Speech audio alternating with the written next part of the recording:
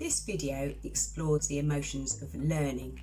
Now, because most of us when we're children do most of our learning at school, and learning seems to be about using our brains, you could easily be led to believe that learning has nothing to do with emotions.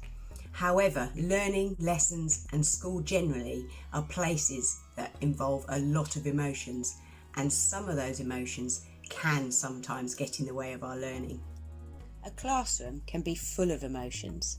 So for example, you could be excited about break time or an activity coming up. You could be angry about getting told off. You could be irritated because your pencil keeps snapping. You could be envious because someone else has been praised lots by the teacher. You could feel contempt, which is like hate really, for someone being nasty to you. You could be worrying about having forgotten your homework. You could be empathising with someone who's really struggling. You could be full of admiration when someone else does something really well. You could be feeling grumpy because you're too hot, hungry or tired. You might be feeling apathetic, like you just can't be bothered to do anything, maybe because you're really tired.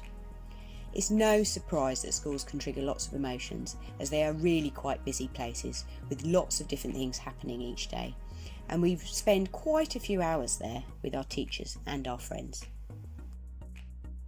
There are also lots of emotions around actually learning something too. In any lesson you might hope for success for a really good piece of work that gets praised.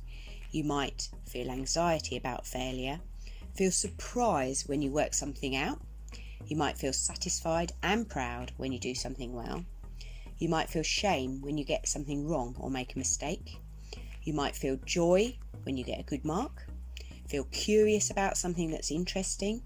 Feel nervous about answering a question in front of the class. Feel confusion if you don't understand something.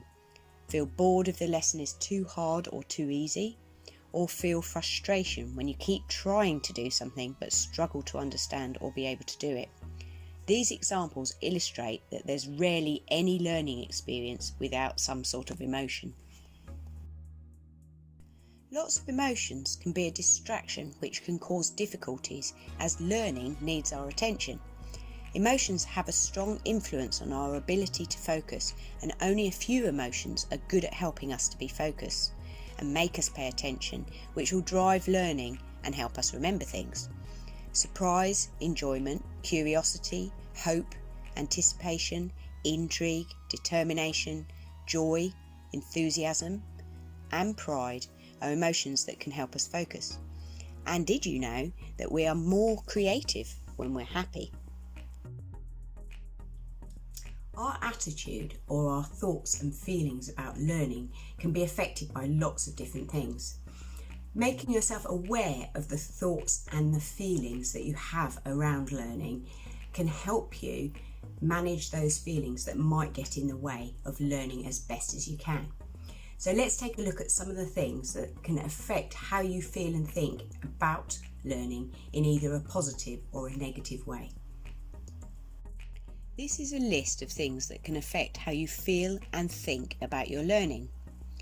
Your mood, how much you like the subject, how interesting the lesson is, how comfortable you are with the teacher, how confident you feel with the activity, how much success you've had in the past at doing something similar, what else is going on in your life or school day, whether you associate learning with enjoyment or it makes you anxious, how much you compare yourself with others, how comfortable you feel physically, for example, you're not too hot or cold, how easy or difficult you find the task, and other things that I won't have thought of. So as much as you're often asked to just get on with learning, sometimes it will be easier to do this than at other times.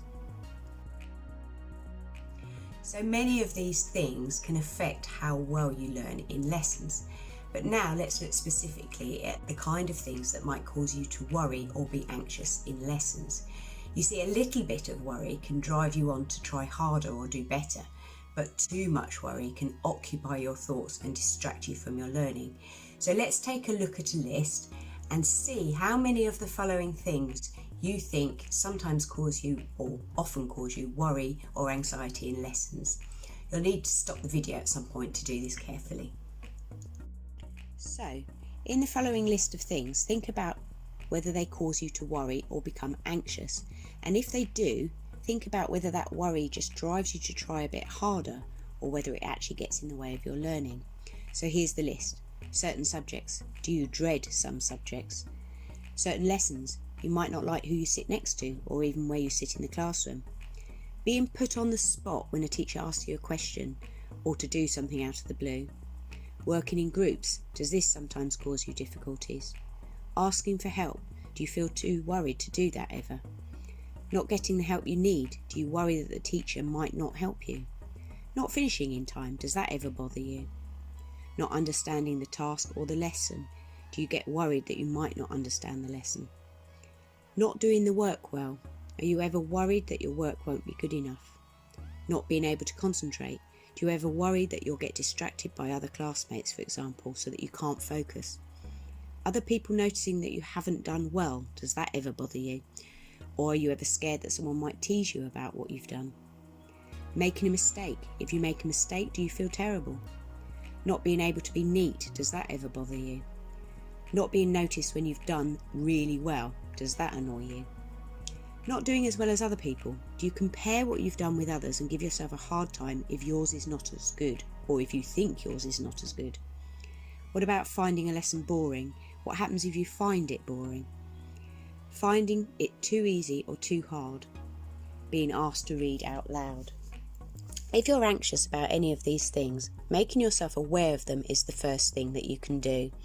You could also make your parents and carers or teacher aware of what you struggle with and discuss the issues, hoping to work out what might overcome these worries and these issues. Another aspect of learning that some people cope with better than others is the fact that learning asks us to take a risk. You see, for most people, when we're asked to do something, we will either experience success and complete the task, and with that, emotions like pride and delight and enjoyment of learning will come along. However, there is a chance that we will struggle with the activity, and when that happens, for some of us, we'll end up feeling a degree of frustration, confusion, some anxiety, and perhaps even some shame related to having failed. So each learning task is asking us to take a degree of emotional risk. Consider how you feel at the start of a lesson when a task is being set. Do you often feel anxious or worried about how the lesson will go, or do you feel excited and interested? It helps if we don't think of learning as either being successful or failing. We should think of learning as what we ourselves have managed and not compare it to what anyone else has done. It helps to focus on what we have learned, how hard we tried, and what progress we made as an individual, and not how well we have done compared with other people. Don't make the importance of success the only goal. You will get something even from a lesson that you didn't feel you did particularly well in. Another thing that can affect our learning a lot is our attitude towards making mistakes. And of course, everybody makes mistakes, but we often forget that and think we're the only one who does when we're in the middle of making one. So think about how you feel, what you think about, and how you behave when you make mistakes. Are you someone that when you make a mistake decides that they don't want to do the task anymore and start worrying about what other people might think about you, or that someone might think you're stupid? And do you feel embarrassment and perhaps some shame and some other unenjoyable emotions? Or are you someone that thinks, I've made a mistake, this isn't an easy task? Do you become more interested in the task? Do you become more determined to get good at it, whatever it is, and possibly even get more excited by it because it's not as easy as you first thought? Most people struggle emotionally at least a little bit when they make a mistake, and it can knock people back, and it certainly doesn't usually make you feel great. However, we should try really hard not to see mistakes as failures. The idea of failing triggers feelings of inadequacy and shame in many people, which can be very unenjoyable. Mistakes are actually opportunities to learn. We always learn better when we start by making a mistake that we eventually sort out. Mistakes can also give us the message that we need to put more effort in. The more effort we put into learning something, the more likely we are to properly learn and remember what we did. I'll also add We're more likely to notice our own mistakes and give ourselves a hard time than anyone else's. Next time you make a mistake, take a note of what you are thinking and feeling and try really hard to see whether or not your thoughts and feelings are helpful or unhelpful. We can actually change our thoughts about making mistakes so that they are more positive. And if we do this, our emotions also become more positive, as thoughts and feelings are linked. So with all these thoughts and emotions possibly getting in the way of our learning, can we train our brains to think more positively or even more positively about learning? Well, we can if we're determined to. And it starts by making ourselves aware of the thoughts and feelings that we have around learning and then working to improve them if we need to. A positive attitude to learning can happen if we 1. Develop a give it a go attitude, whatever the task and however difficult we think it might be. Try not to be scared of having a go at something you think you will find difficult. 2. Make sure our thoughts about making mistakes include seeing them as an opportunity to learn and be more determined and not let them put us off at all. 3. We don't compare what we have done with what other people have done and we just focus on our achievements. 4. We develop pride in the effort we put in and how willing we were to have a go, even with the things that we know we're not naturally talented at. In fact, putting effort into things we know we tend to find difficult is more praiseworthy than putting effort into things we find really easy. And 5. We all encourage other people to learn, so we end up encouraging each other.